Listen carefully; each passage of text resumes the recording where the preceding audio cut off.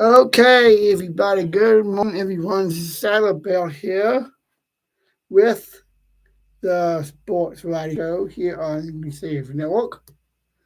We got several topics today to talk about here on the live. I will gonna move this over so I can easily get everything else on here that I need. So I will minimize this. That way I can get to see me and I can do my job. Okay, we have several topics today to talk about. We're going to start off with the Cavaliers. Actually, the Cavaliers have an undefeated season. They're 12 and 0, and they're eighth in the team in the NBA to have a 12 and 0 start. 2015, 2016, the Warriors did that. They held the record with 24 wins. Start the season as well. And I think it's like when I looked up, I found out that it was 34 wins is the most. So let's see if the Cavaliers can do that.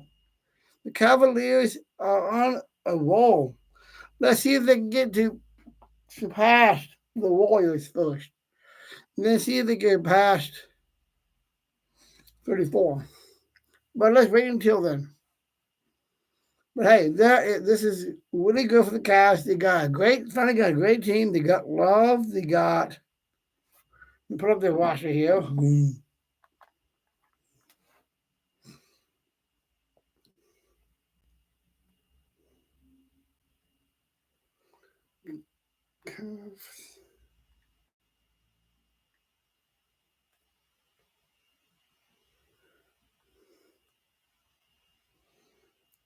Yeah, they have a good, they have a really good stat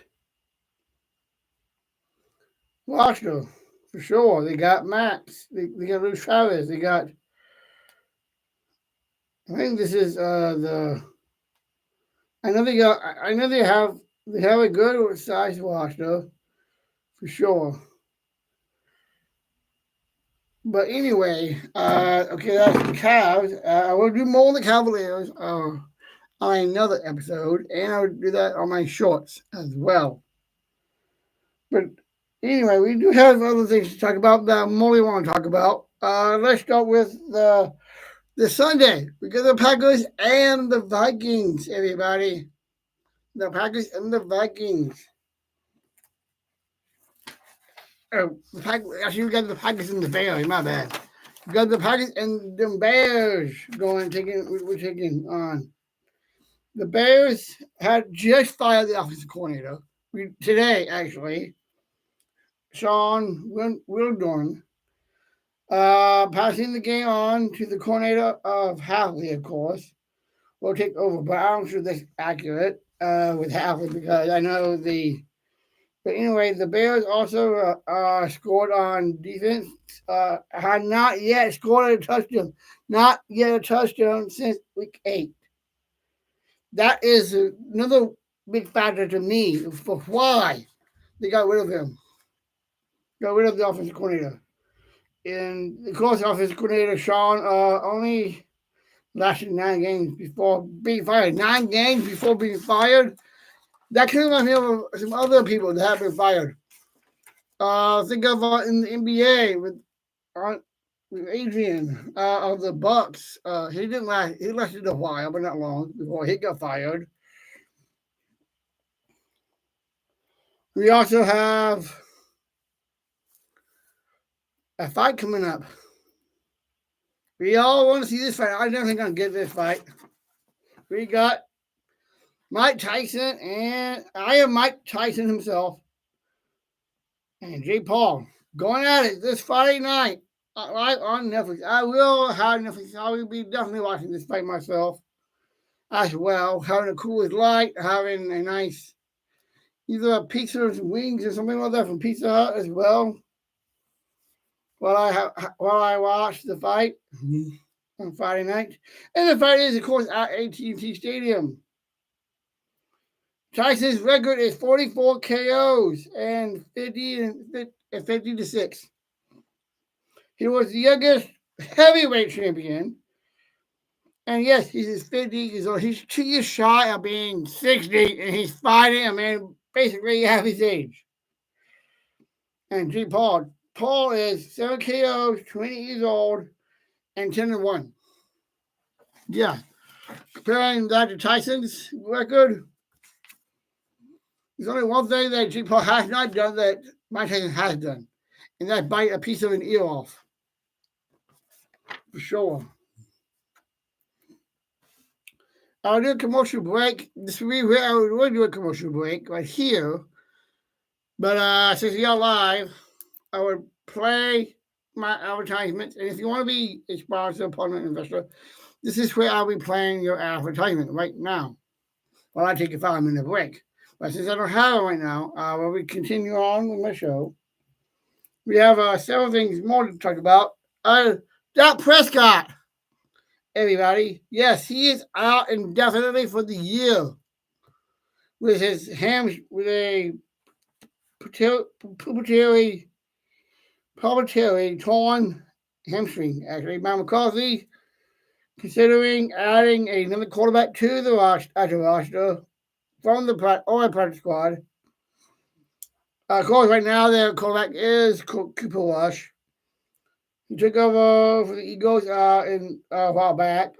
Gave him but he did bad. He was really bad. He's still doing bad even now. 13 for 23 passing and only 45 yards, and lost 2 fumbles. Of course, Cooper Rush started versus Houston in week 1 as well. I don't think Cooper Rush will only be a backup. He's only a backup. He's only good enough to be a backup and not the best. I believe in according to stats versus like Jack's numbers and Cooper's. I'll be surprised if they should go get a veteran right now. Maybe find.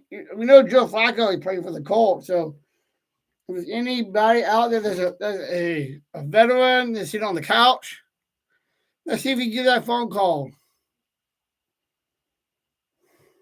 We also have college football to talk about and the NFL. One of my favorite shows. I've been listening to a lot of podcasts lately, so we got a lot to talk about. Now I want to pull this up here on X, on my X account. It's the SEC Doomsday Scenario. Georgia defeating Tennessee. Arkansas defeating Texas. Or even Auburn defeating Texas A&M. And then Bama, Ole Miss, LSU, and Missouri Eagles needs to win out. And here's the thing, and I got this, I heard about this yesterday for Greg McElroy and this show, Always College Football, which I love to listen to. So if you want to hear his show, as well as my show, you can follow both of us and watch both of our shows live on wherever you get your podcast, Amazon. Well, you can get your podcast either for both of us on Apple, Spotify, or wherever you get your podcasts. I'm also both on YouTube. We both are on. I know he's on Sirius XM. I will be on Sirius XM eventually. I will let you know once I have that. So it's Apple, Spotify, YouTube, wherever you get your podcast. I'll be there. Yes.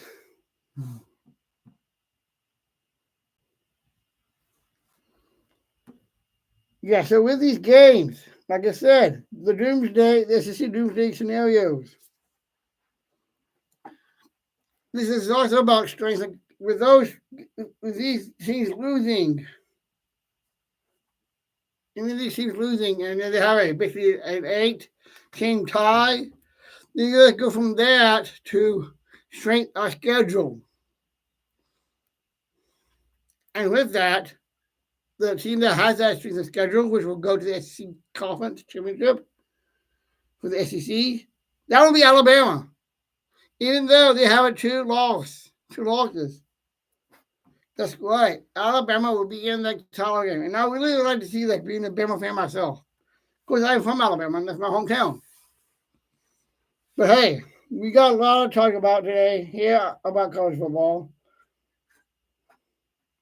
Yeah, and it'll be like Alabama, a 2-loss team versus a 3-loss LSU team in the SEC title. I would love to see that. Alabama took out LSU just a week ago, last Saturday. I was watching that game, and that game was a blowout. We only gave up like 13 points. Jalen Milroe, let me pull up Jalen Milroe's stats from last week's game, actually. You're going to hear me a second. Jalen Milroe.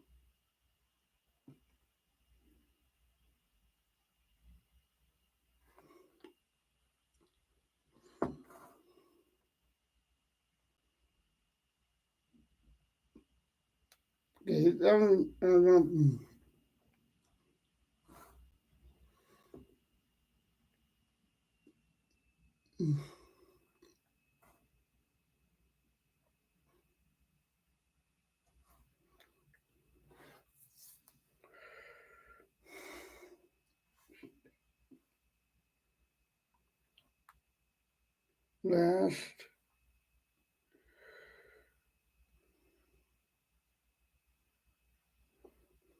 Sorry, folks, I'm just pulling this up.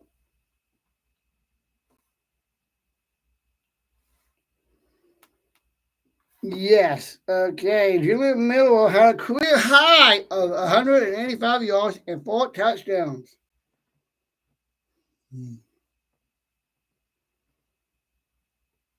LSU was really struggling.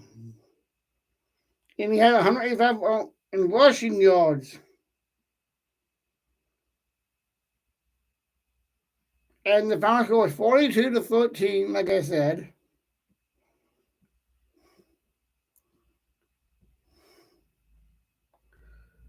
He also completed 12 of 18 passes and 109 yards in the victory. And of course, it was rainy. It was a night game against LSU in the light, under the lights, in Death Valley. We all know that can go crazy out there, and it was. Fans were leaving like in the mid-third quarter or so when Alabama went. It was because LSU couldn't get nothing going.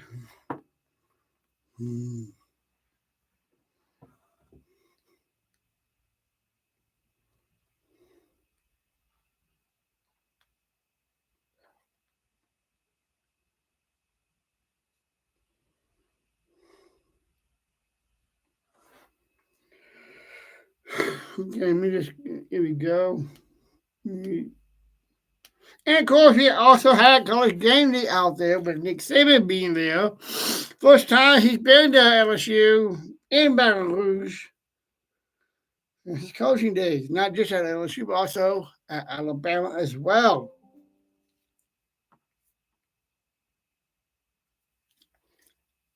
We hold on 1 second, folks. Bedra,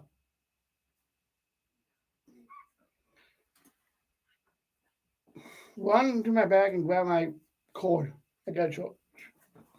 All right, folks. Be just a second.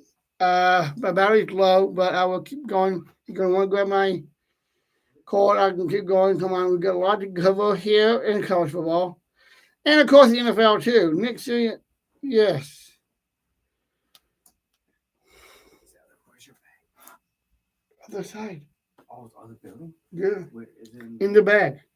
Main part. Area. Sorry, folks, about that. Okay, here we go. Jalen Milroe. Now, like I said, 12 of 18, 109 yards passing. to Nizami. Sorry if I said this wrong. He had 27-42. 239 yards and 1 touchdown. And 2 interceptions. See, the interceptions came back to him.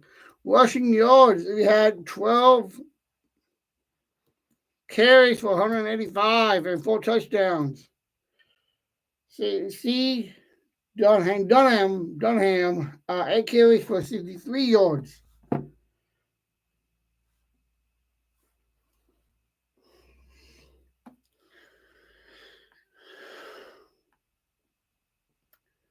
Yeah, we got a lot of numbers going here. Good, Bama stats for the game itself was 420 to LSU's 343. 343. 104 rushing passes, even though that was really low for us for passing yardage, but even though LSU had more than that, 239. And of course, the rushing yards was 104 for LSU and 311 for Bama. And the yards per play was 6.4 for Bama and 5.2 for LSU. No wonder LSU is not doing so well. Alabama had 23 first downs and 22 for LSU. Third down conversion. 3 for 13 for Bama. 6 for 14 for LSU. 0-1 or 4th for Bama. And 2 for 3 for LSU. 66 total for both. 2 punts each. 7 penalties for yards each. 65 for LSU and 74 for Bama. Only 1 fumble for loss for LSU, none for Bama. Interception throws, 1 for LSU, none for Bama. Interceptions thrown, only 2. LSU. All right.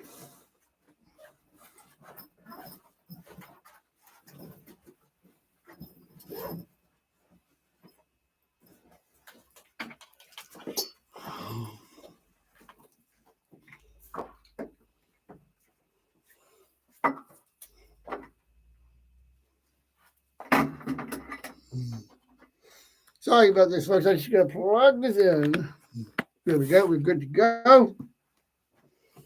All right, so that's the stats that I have for the Bama LSU game. But that was not the only game that we had on the slate. That was a big deal. We had a couple of upset games as well, everybody.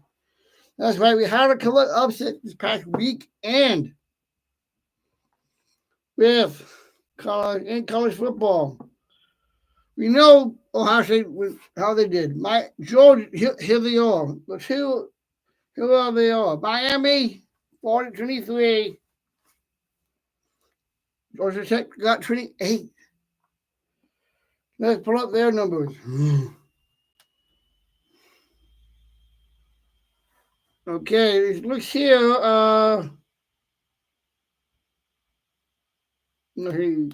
That's the play-by-play. Here we go.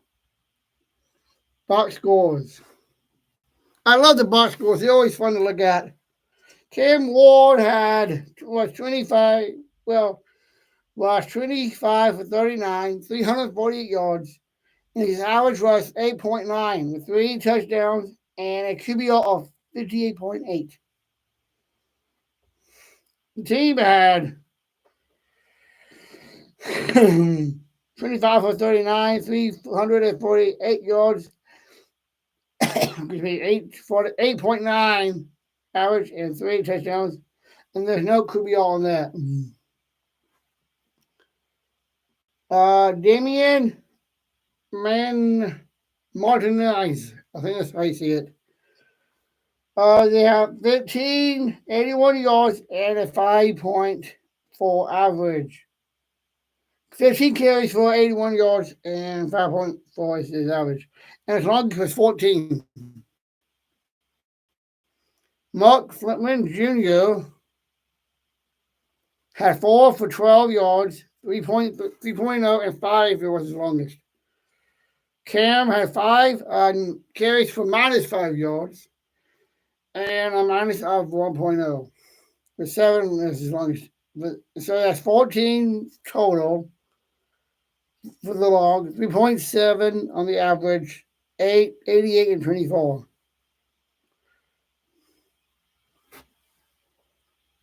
And that was for Miami.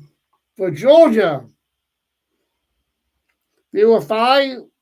Aaron Philo was 5 for 9, 87 yards, and 8.6.7 average with the 1 touchdown with the 92.8 QBR. And Haynes King was 6.6 of 6, 32 yards, 432 yards, and a 5.1 average, and a 1 touchdown with a QBR of 58.0. So total 0 interceptions, two touchdowns, and 6.2 average, and 99 yards, and 11 for 16. That's pretty good for the passing for both teams. And yet, Georgia Tech got the win. Despite that. Okay, 3rd down and 4th down. Trinity 3. Miami was 23 first downs, 18 for Georgia Tech. 3rd downs, 3 for 10 and 9 for 14. 4th downs, 1 for 4 and 0 for 0 for them on 4th downs for Georgia Tech. So a lot of these pitchers were not just were doing really well on defense, and of course their offense was going well. Yeah, I know they had some. I think there were a few interceptions there. Of course, there was like a 1 turnover, and they both had 3 interceptions for 35 and 29 yards. So yeah, rushing. Georgia Tech had the most with 271 to 88 rushing. Rushing attempts. Georgia Tech had the majority of that, 42 to 48 to 24, with a 5.6 per yards per rush and 3.7 per rush for Miami. No wonder Miami lost. See, look at these numbers. You can tell why Georgia Tech got their upset victory over Miami. Here's the other one. Ole Miss and Georgia at Ole Miss. Ole Miss won it 28 to 10. Georgia could get pretty much nothing going on in this game. Yeah, it was a rainy game. For sure. For stats, 3rd and 4th downs for both teams. 16 and 19 first downs. 16 for Georgia, 19 for Ole Miss. The total yardage was 246 for Georgia and 346 for Ole Miss. The passing was 186 to 263. Rushing was 60 and 133. Penalty was 4 and 20 and 3 for 30. Possession time was 32 to 15 and 27 and 45.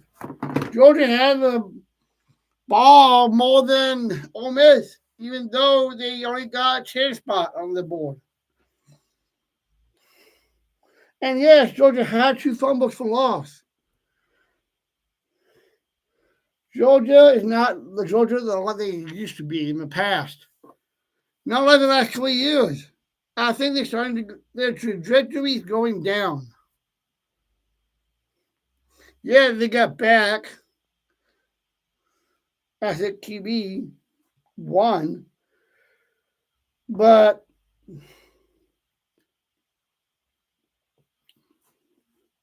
he's going to be going to the NFL draft for sure this year.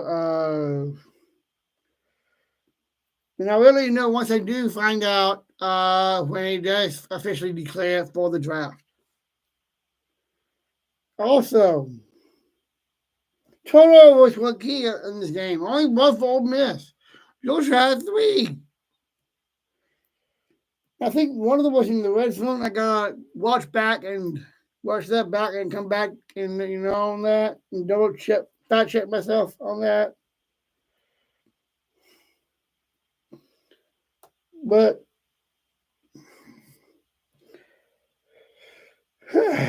and let me get a little water here, folks. I got a lot of talking to do.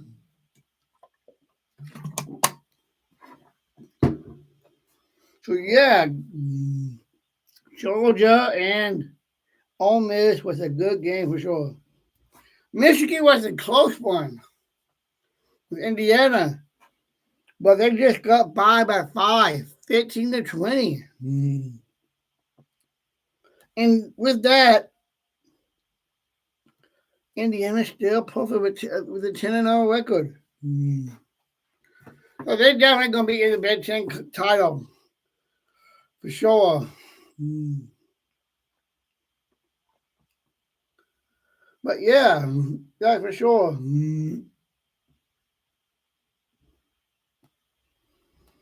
Army is still winning, being 9-0 as well. They got a chance for their title. Even Tennessee has a chance to get by. But like I said, in the doomsday scenarios, with those losses, there's a chance. Oregon is going to go way by. But we got ways to go still. Boise State is still in this. Boise State can still get in the 12-10 into the 12-team playoff. They are playing well this year. And they won the other game only by 7. Yeah, by 7. Same with BYU, beating Utah by a point. Just by a single point against Utah. Okay, this week we had some good games. Let me talk about those doomsday teams. Okay, here's one for this week. Arkansas at home against Texas Longhorns. That's an 11 o'clock game on ABC. Colorado has a chance. Of course, they're 7-2, so let's see how they do. Clemson and Pitt are both 7-2. So that could be a chance. That right there could be an opportunity to see how the ACC will turn out for their title, and who will get in and who will be out. Because I know Pitt is not even in the top 25. Well, they're in the top 25, but they're not in the top 12 with a playoff. Penn State has a good chance. Really good chance of getting in. If they got Purdue, that's going to be a steamroller right there. The only thing that I think Army could have a chance of losing to is Notre Dame.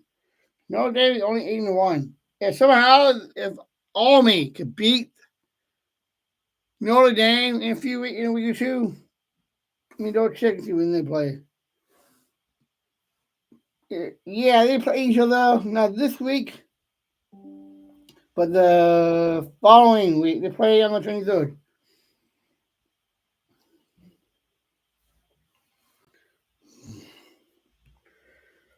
SMU has a chance has a chance too. LSU, Florida, that is going to be an opportunity, a chance for them too. Because if Florida can pull up an upset, which is always a possibility, and that's, like I said, that's one of the doomsday games as well. This could be another chance for Alabama and LSU to play each other again. And I remember there was a time that Alabama and LSU played each other not once but twice. And that was so I can't remember the years that, but I do remember. Let me see here. Let me pull it up right here.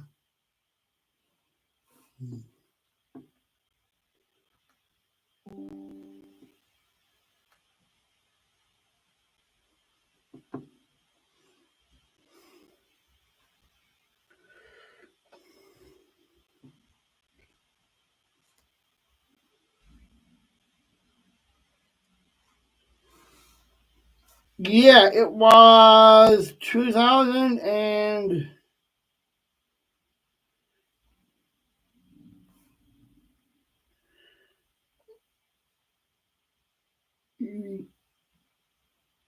I just printed up the year. All right, not that one.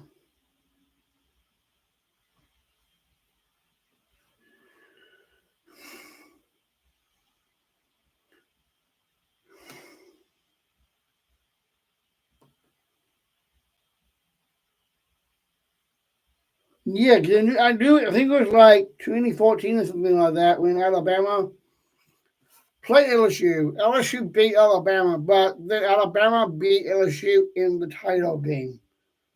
I think that was during the BCS. I think it was. Yeah, that's probably during the BCS time. Yeah, could have been 20. Actually, here things for 2011.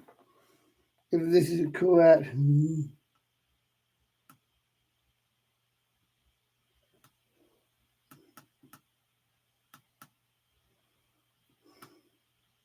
then this right. But I do remember it was a saving year for sure.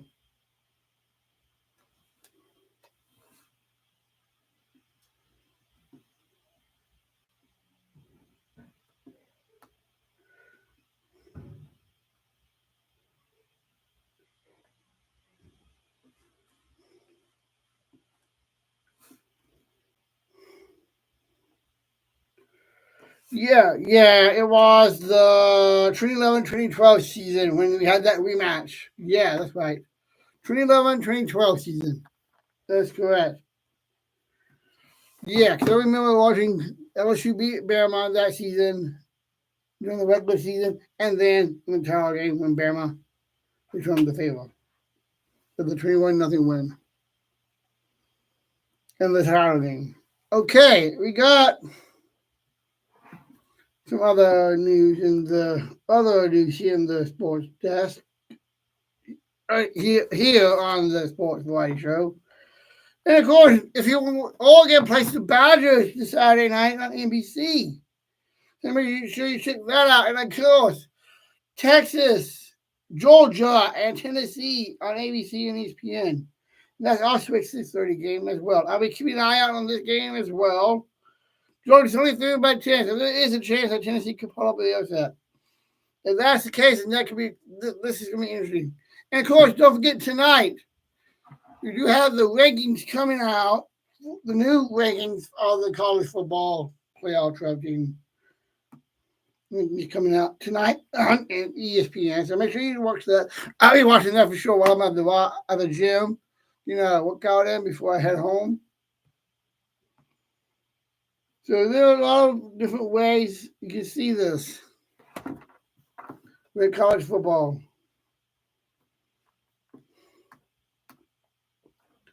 And again, back to the doomsday stuff. And in fact, like here's the interesting thing. All right, I'll go back to that in a minute.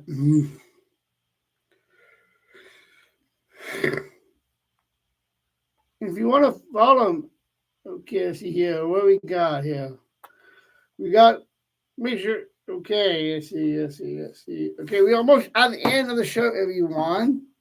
So, time for the lightning news. So, we got a lot of stuff in the lightning news tonight for today's episode. That's right. Adam Schefter hints of a surprise for the NFL coaches firing on Monday. So make sure you check that out on Adam Schefter. Make sure you follow Adam Schefter. I follow him. With the Milwaukee Bucks will only trade Giannis under one condition, according to Larry Brown Sports. Let me see where that is. It was reported that the only scenario is when in which the team would consider moving from Giannis in his latest call on this day on Sunday. NBA reporter Max Stein said that rival teams do not expect the Bucks to entertain trade offers for Giannis and the Kubo unless the two NBA teams want out of Milwaukee.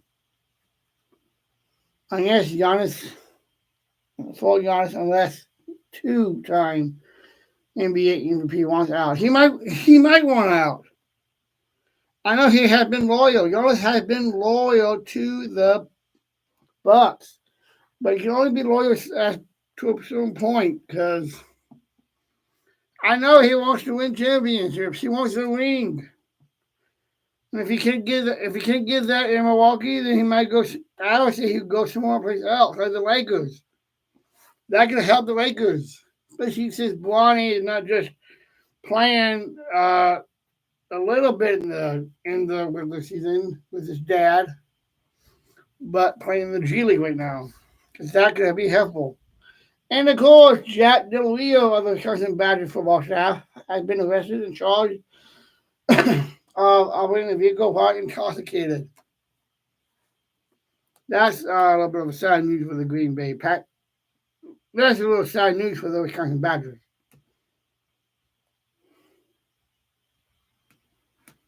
We also, let's see here, we have, of course, I hope everyone has been watching the last Sunday's game with the one and only Travis Kelce and Patrick Mahomes and the Chiefs of Kansas City. Charles Swift was in the house, and the season was still on the line, and it was a low-scoring game. And we know Travis scored a touchdown in that game, but it was a 14-16 game. It was a two-point lead. Came down to a field goal for the win. And this is how it happened. They got lined up. The defense was lined up, and they blocked that kick. The kick was blocked. And they were partying for sure because their undefeated season was still intact. 9-0. And let's see if they can do it this week. You know what? Before I do sign off, let's do a little rundown on this week's Sunday's games. Okay, here we go.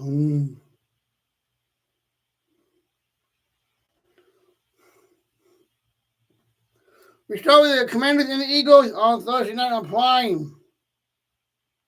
Jaguars will take on the Lions. That should be easy for the Lions. Steelers Eagles. That's going to be definitely a good one on CBS at noon. Rams Patriots. Browns Steelers.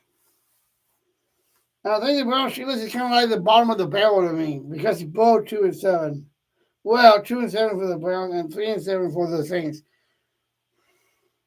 Colts will have a chance to see if they can beat Rodgers and the Jets. If they do, even though they are 4-point underdogs, I believe that if that happens, Aaron Rodgers will be benched for the rest of the season. And you hear that here first.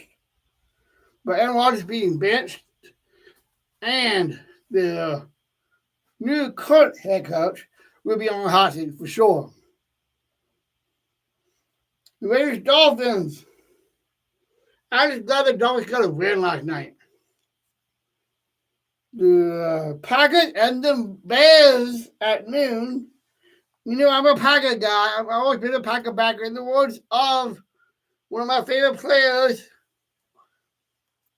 I hope he's playing Jair Alexander. Packers back. We got the Broncos Falcons. Niners are finally getting it together. And yes, my McCaffrey is back and playing. We got the Bengals Chargers. That could be a good night game for sure on NBC and Peacock. Texas and Cowboys on Monday Night Ball. But here's the game of the night, the game of the day for me.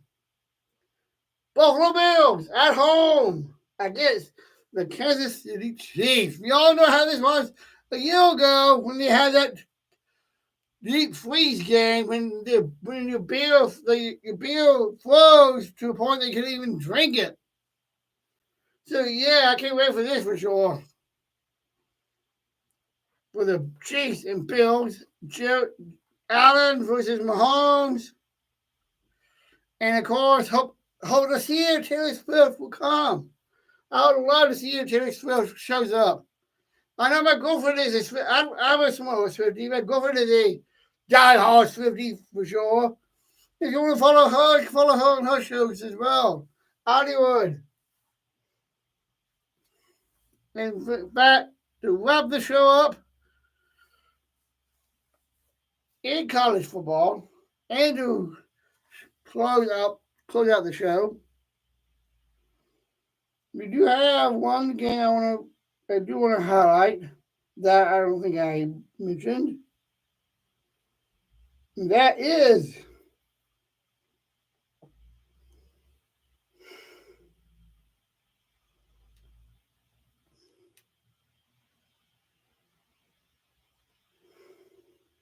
South Carolina and Missouri on the SEC Network. Can Missouri will Missouri win? It's only way to find out. The only way to find out. Let's watch that game and see how it goes. So, and this is one of the games that I was talking about earlier with the doomsday scenario. So make sure you keep that in mind for the doomsday scenarios. So I am Sadler Bell. I am your host for the Sports Variety Show here on the USAFE Network. Until next time, I will see you next week. And hey, enjoy your weekend. And hey, we got a great ball coming this weekend to y'all. We will see you next time.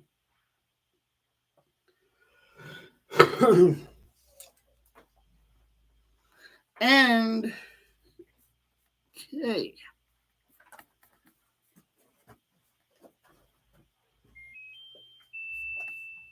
Nice. All right. So, boom. Episode's up.